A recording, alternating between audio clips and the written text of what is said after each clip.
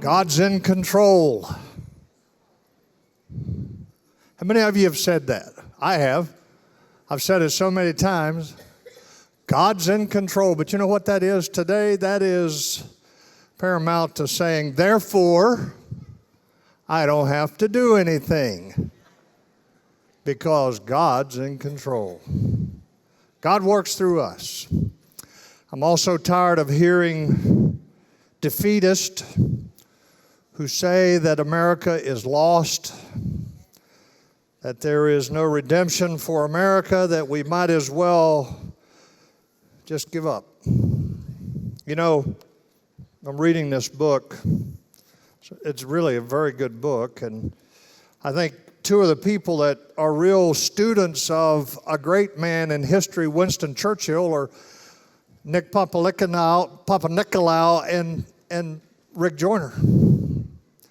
They've studied Winston Churchill too, because there's a lot to be learned from the life of Winston Churchill, from not only the leadership that he provided, but the prophecies of Winston Churchill. But I'm reading this book called The Churchill Factor, and I came across something, and I think it's appropriate for today, and it's appropriate for me to read it to you, and I want to set the stage for this. The date was the 28th of May, 1944.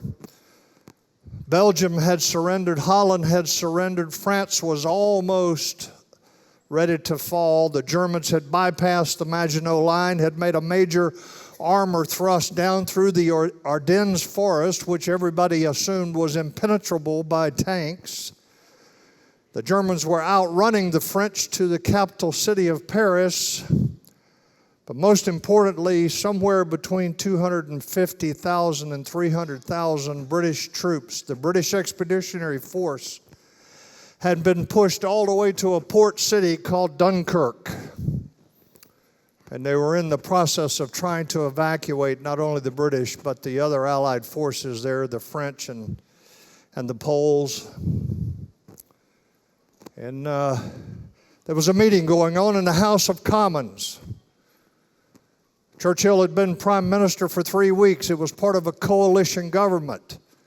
He never should have been the prime minister in reality, because they had cut a deal as a result of the weak leadership of Neville Chamberlain, and he was meeting with his war cabinet. He had people like Lord Halifax and Neville Chamberlain himself and Clement Attlee and others, almost all of which wanted to capitulate because Hitler had actually sent a message through Mussolini saying, tell the Brits if they'll cut a deal with me, I'll spare them.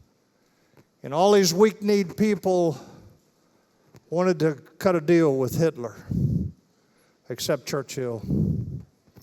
He was not willing to capitulate. He was not a defeatist. He was actually, in his heart, he was a warrior. He was unwilling to capitulate. But he argued vehemently against the idea of capitulation, against the idea of cutting a deal with Hitler, and because he actually said to them, it's only a matter of time until we'll be subjects of Hitler. We'll be under his authority. He will dominate us. And then finally, he said this to his assembled cabinet as he stood, and very articulately and emotionally he said, and I am convinced that every one of you would rise up and tear me down from my place if I were for one moment to contemplate parley or surrender. He said, if this Long Island story of ours is to end at last, let it be that it ends only when each one of us lies choking in his own blood upon the ground. Kind of sounds like something that took place in Williamsburg, Virginia one time, doesn't it? And who was the famous man that I'm talking about? If I can figure out how to get into my iPad here. Patrick Henry when he said, "Give me liberty or give me death." Winston Churchill, probably in my lifetime, I guess I've seen no one like him, and I've seen no one, and I wasn't around when Winston Churchill was prime minister, but in my lifetime, I haven't seen anyone like him, to include Ronald Reagan. He was a man of great commitment. He was a man that was willing to fight. And then only a week later, Churchill actually stood before the British people. He had convinced the cabinet. The cabinet said, "Okay, we fight. We'll not give in. Okay, we'll fight." Folks, what am I saying to you? I'm saying, as Americans, as Christians, we got to fight.